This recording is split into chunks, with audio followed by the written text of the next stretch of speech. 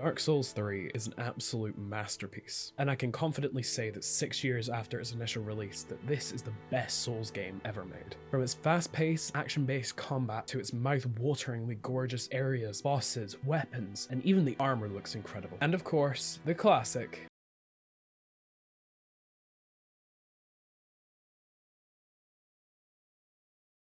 "Thank you, Dark Souls" moments. This game is truly one of a kind. Still not convinced? Well, allow me to explain why Dark Souls 3 is the best Souls game of all time. This video will be broken down into a few sections that highlight why Dark Souls 3 is the best Souls game, and how it compares to the other entries in the title. These sections are the design, the gameplay, the game's content/bosses, and of course, the criticism. And there will be timestamps in the description for each, however I recommend that you watch the video in its entirety because a lot of the sections link into each other. So allow me to take you on this journey as we take a deep dive into Dark Souls 3, as I show you why this is the best Souls game. But just before the video starts, I would like to ask that if you enjoy this video to please leave a like and hit that subscribe button, as it's free and it really helps me out in defeating that air of fire that is the YouTube algorithm. I just cringed at my own joke, I didn't even realize that was possible. But that's enough self-promo for now, enjoy the rest of the video.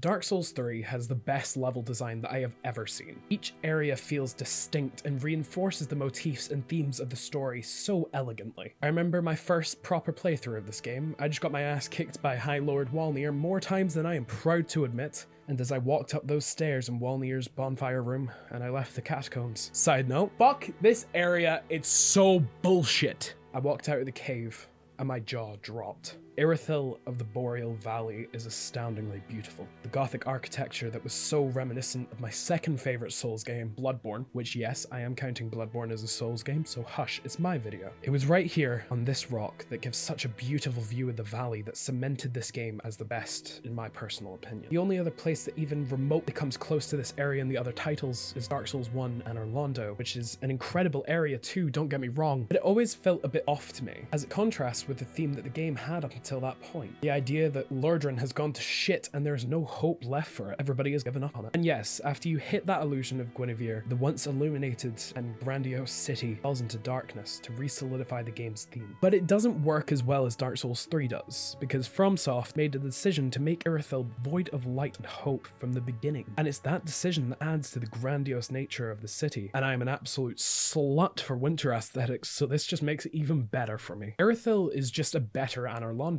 which is quite ironic because they're the same place. However, this is just one example of the incredible level design because I felt that this was the area to prove my point. The game is absolutely littered with incredible areas like Lothric Castle, Archdragon Peak, Highwall, even the first boss's arena in the Cemetery of Ash, Firelink Shrine, hell even Faron Keep looks amazing. Dark Souls 3 took a very different approach in its design, which is non-linear level design but linear level progression. This has been one of the biggest controversies around the game because the game moved away from that open world non-linear progression that Dark Souls 1 had, but personally I think it works in the game's favour. For instance, Faron Keep. When you enter that area, you have an objective to extinguish 4 flames to open a giant door to get to the boss. However, you have multiple other paths you can take. You can take some time to explore the swamp and find useful items, but at the risk of running into the Eldergurs that patrol the swamp and will definitely kill you if you're not careful. And this reintroduces the idea of risk versus reward that so many people adored the first game for. Do I head back to the bonfire to refill my Estus, or do I push forward and risk dying losing my souls to see if there's any good items ahead? This idea is in Dark Souls 3, but just implemented in a different way. However, there is an issue with this, that being that there is a bonfire halfway into the swamp, so the run back isn't too far, and there's not that great sense of risk that Dark Souls 1 had, but I'll speak about that later. The linear level progression and non-linear level design is one of the best parts about this game, because you still have this sense of joy from exploration that is rewarded with items and NPC questlines, and the linear progression means that you're never too underleveled for an area, so you will always have a fair chance no matter what path you take in the area, and these elements really complement each other and work seamlessly together to create a perfect challenge. But do you know what else works seamlessly? The gameplay. It's no secret that Dark Souls 3 aggressive and fast-paced style of combat is heavily inspired by Bloodborne, and this change of pace in the combat system works really well for the game, especially when fighting against the fast and mobile enemies such as the Abyss Watchers. Gone are the days of sitting with your shield up and waiting for the enemy to give you an attack window. In Dark Souls 3, you have to make your own window to make your move and hit the enemy. Otherwise,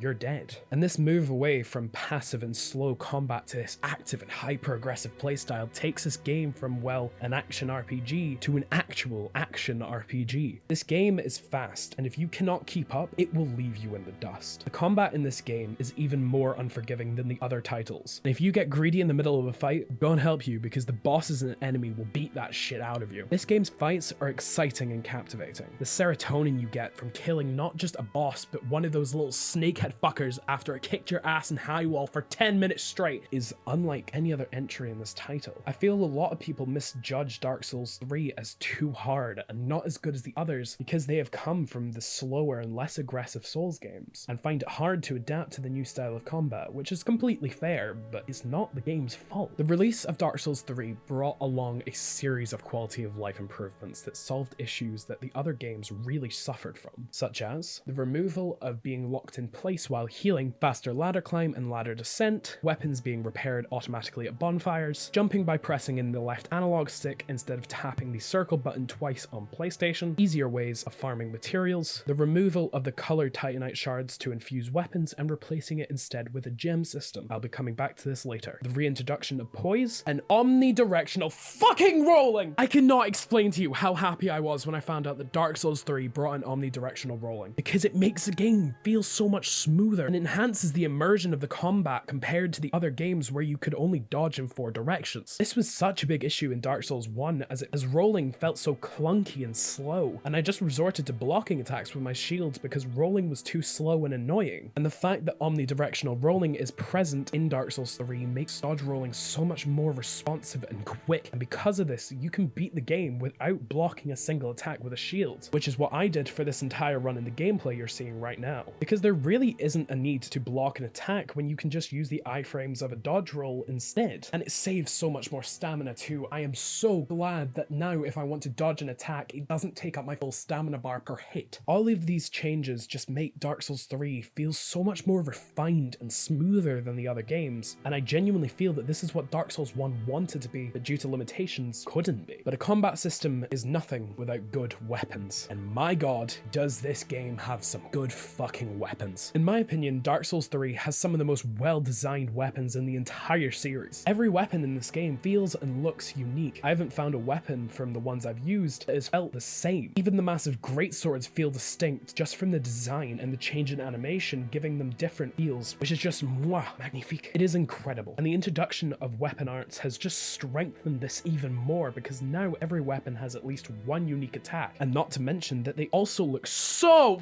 fucking cool, dude. I mean, just look at this. It's fucking sick! And Dark Souls 3 introduced a lot more build variety with its new infusion systems that allowed any weapon to scale with dex, strength, and add status effects such as fire, magic, bleed, poison, and lightning. But there was one change that opened up so many more possibilities, and that is the rings. Rings in the Dark Souls series have always been a bit lackluster, with some being an absolute necessity such as the Ring of Favor and Protection, and some just never getting used. But all that changed in Dark Souls 3 because of the change of how rings function in this game. They function more like runes from Bloodborne than the rings in the other games, which personally for me is so much better as it led to me actively choosing what rings are going to be best for certain areas and bosses. And I have on several occasions gone out of my way to get certain rings just because the buffs they give me are so damn good, which is something the previous titles really lacked. I am so happy that this was a change that they carried over into Elden Ring 2 because it just adds another layer of depth to builds, and I just feel that the game is a lot better off with it. These changes really made it so any build is viable. You want to be a katana wielding dex build? You want to be a katana wielding dex build? Go right ahead. Grab the Uchigatana and his sharp gem and crack on. There are so many new opportunities in this game compared to the previous titles just because of a few changes in the core mechanics, and no system has benefited more from a change than that of the weapon upgrade system. In Dark Souls 1, upgrading your weapon was an absolute nightmare because of how hard it was to get titanite shards in the early game. I distinctly remember farming the knights in the Undead Parish for a solid hour just to get enough craft shards to get my weapon to +3 for the bell gargoyles. But I never really had that in Dark Souls 3 because of the linear progression I spoke about earlier. There was never a moment where you were too under or over leveled for an area because of the restriction of the upgrade materials until you hit a certain point in the game. And it's so much nicer because every area feels like a challenge because of the naturally increasing difficulty curve that comes from the game's linearity. Gone are the days of going to late game areas to get upgrade items that make the game quote unquote easier. Dark Souls 3 forces you to master the combat or you are fucked. And this is such a brutal but worthwhile change, and one I'm glad FromSoft made, and also thank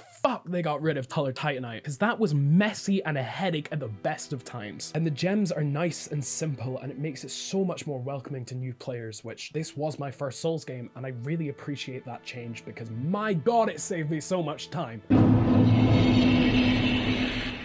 Dark Souls 3 is the shortest in the series, with a minimum playtime for a casual run-through of only 32 hours. Much shorter than the 42 hours of Dark Souls 1 and the 44 hours of Dark Souls 2. While I was playing through the game in the past few weeks, I got to the Grand Archives after 6 hours and 32 minutes of playing. A bit disappointing, but I would be lying if I said that that wasn't the best way I've spent 6 hours this year. The game follows a pretty simple concept, and you are the Ashen One, who must link the fading flame to prevent the Age of Darkness from being ushered in, because the Lords of Cinder have refused to link the flame again, so the responsibility has fallen onto you. As you make your way through this game, you will fight these Lords of Cinder who were in your way from being able to reach the kiln of the first flame. Despite the shortness of this game, it has so much content with its areas, questlines, DLCs, and of course, its bosses. Oh good god, are this game's bosses fucking amazing. Dark Souls 3's bosses are the best of the trilogy, hands down. There are so many incredible fights that are just so much fun, and the boss design,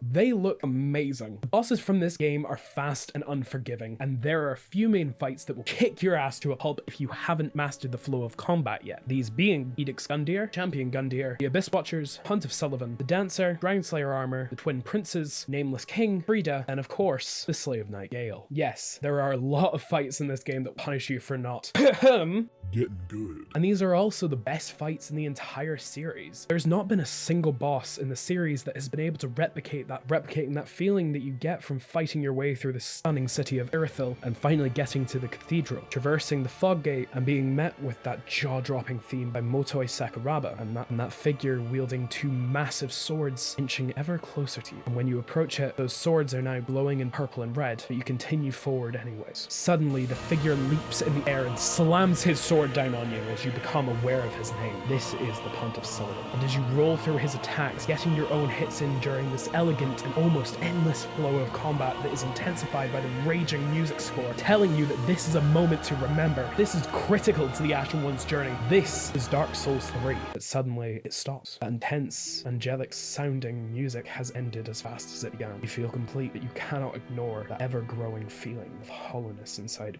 Dark Souls 3 is an incredibly beautiful game, and is definitely one of the best looking games in the series. And what makes this game's aesthetics even more impressive is how much it reinforces the story. The enemies in each level feel so distinctly different from one another, with brand new enemies in every single level. There is a lack of recycled enemies, and this is something that the other games really did suffer from. For instance, in Dark Souls 1, hollow soldiers were pretty much everywhere you go, and they're the first enemies that you encounter in the game. However, when Dark Souls 3 does reuse enemies, it makes sense in context of the entire area. For instance, Lothric Castle. It reuses multiple enemies from the High Wall of Lothric, and it makes so much sense because Lothric Castle is just on top of the High Wall of Lothric, and it really creates that cyclical structure that makes Dark Souls so unique, with your journey ending in the same place that it began. It is so satisfying and is the perfect representation of what makes Souls games so great, and is complemented even more by the fact that the late game of Dark Souls 3 is so much better than the others and continues to build the height that the early game was slowly building to. And my god, the payoff with the fight with the Soulless Cinder is borderline orgasmic and is the perfect ending to the entire trilogy. And it would be absolutely criminal of me if I didn't mention the best part of this game, the music score. Dark Souls 3 has one of the best scores, not just in a Souls game, but one of the best scores in gaming history. The music is an absolute masterpiece, even when separated from the whole experience. I mean, you know that you have absolutely smashed the music when even the main menu makes you feel so hyped up to play this game. But unfortunately, with every masterpiece, it has its flaws, and Dark Souls 3 is no exception. Dark Souls 3 has quite a few issues. Dark Souls 3 has quite a few critical flaws, but the main ones are these. Too many gimmick fight bosses, an overwhelming amount of bonfires, the uselessness of covenants, yet again, and of course, fucking vitality. Dark Souls 3 has 4 main gimmick fights, those being the Deacons of the Deep, High Lord Walnir, Yorm the Giant, and the notoriously easy Ancient Wyvern. These fights are really boring, and massively take away from the exact things I have just praised the game for throughout this entire video. These fights, without fail, slow down the pace of every single one of my playthroughs of this game. And they are just too easy on a New Game Plus or new playthroughs, because in the first run, they are actually quite fun fights, because you need to work them out, figure out what the puzzle is, what you need to do. But when replaying the game, you already have that knowledge. They're just pushovers and just a waste of time, and really just get in the way of the rest of the experience, and really just take away from the best parts about this game. And what else is there in the best parts of this game? Well, that would be the vast amount of bonfires that litter this game and heavily undermine the risk versus reward system that the Souls series has been praised for. But for me personally, I don't mind it too much, because there is only a few instances where the bonfire placement just felt completely unnecessary. Yes, I am looking at you, Dragon Slayer armor bonfire that is like 20 centimeters away from the Grand Archives bonfire. Why are you there? You don't need to be there. Speaking of things that just might as well not be there, covenants. Just like the previous entries in the series, covenants are back yet again, but really don't matter. And in this game, they only really influence the PvP, with the only good covenant being Rosaria's Fingers, because you get the ability to respec your character. But other than that, you might as well just not join them, because they really don't make any difference to the playthrough unless you play online quite a bit and you enjoy PvP, in which case, go for it. But for the average player, it really just isn't worth your while. I don't have a good segue for this one, but vitality. It is absolute bullshit to have equip load managed by a singular stat that only gets 1 point per level. And I wouldn't even mind if it's actually good, but it's shit, and it's just a waste of time and souls. And unfortunately, it makes it so you can't wear the armor you want and wield the weapons you like, because of the fact that you're over the 70% equip load and you're starting to fat roll. And this is so infuriating. But luckily this was solved in Elden Ring with the removal of armor weight, so you can wear the armor. I think looks cool, but unfortunately Fashion Souls is absolutely dead in Dark Souls 3. But Vitality was a very bad choice and should have just flat out been removed. And they should have just kept weight capacity being linked to the endurance stat. But I do understand this was probably moved. However, I do understand this was probably moved to its own stat to make the stats feel less confusing for the new players who aren't familiar with the RPG elements, which ultimately makes the game more accessible, but it's still isn't a great solution even if that is the case, because I'm sure the new players found it really frustrating as well. Dark Souls 3 is a masterpiece, but is a victim to the success of the original Dark Souls. There have been so many people that have said that Dark Souls 3 is just a lazy, tired out copy of Dark Souls 1. And well, yes, it is tired out, but it's not lazy. The reuse of areas and characters really wasn't lazy to me, and I really do feel that this decision was made to re-solidify the theme of the world of Lothric being tired out and hopeless due to the constant loop of the Age of Fire. The reason this game has so many references to the first one is to show that the first flame has made the world even worse than it was in the original. For instance, when you return to Anor Londo, it is not this great and hopeful city that it was in Dark Souls 1, and it's just tired and broken down. It was unfair of critics to compare this game so heavily to Dark Souls 1 because of the fact that even games that are released as other entries under the same title are not the same in a foundational concept. Just as every YouTube video is completely different, even when made by the same creator, games are completely different from one another, even when they're just a continuation of a series. And I personally believe that every game should be judged on its own merits and then compare how certain elements that the games share go up against each other. And that is how just all games should be judged. Dark Souls 3 is an absolute masterpiece and has helped me through some of the darkest points of my life, which I'm sure a Souls game has done for you too. This is a fun, exciting, and engaging 32-hour experience that everybody should at least have once in their life. And this game is such an absolutely incredible send-off to a much beloved series. And for that, I just want to say thank you, Dark Dark Souls 3. And thank you for watching this whole video, and hopefully this should be released on Christmas, so Merry Christmas! Can't wait to show you all what I have planned for 2023, so make sure you hit the subscribe button and tap that bell to be notified when I next upload. And one last thing, I now have a Koji page, meaning that if you choose to, you can now donate to help support the channel and me, and as a benefit for you, you get higher quality content to enjoy, which is what some people in the biz would call a win-win situation. However, donations are not mandatory, and it is just if you would like to support me, but they are heavily appreciated as they allow me to make this. However, this is all for today. I will see you all next time, and don't you dare go hollow.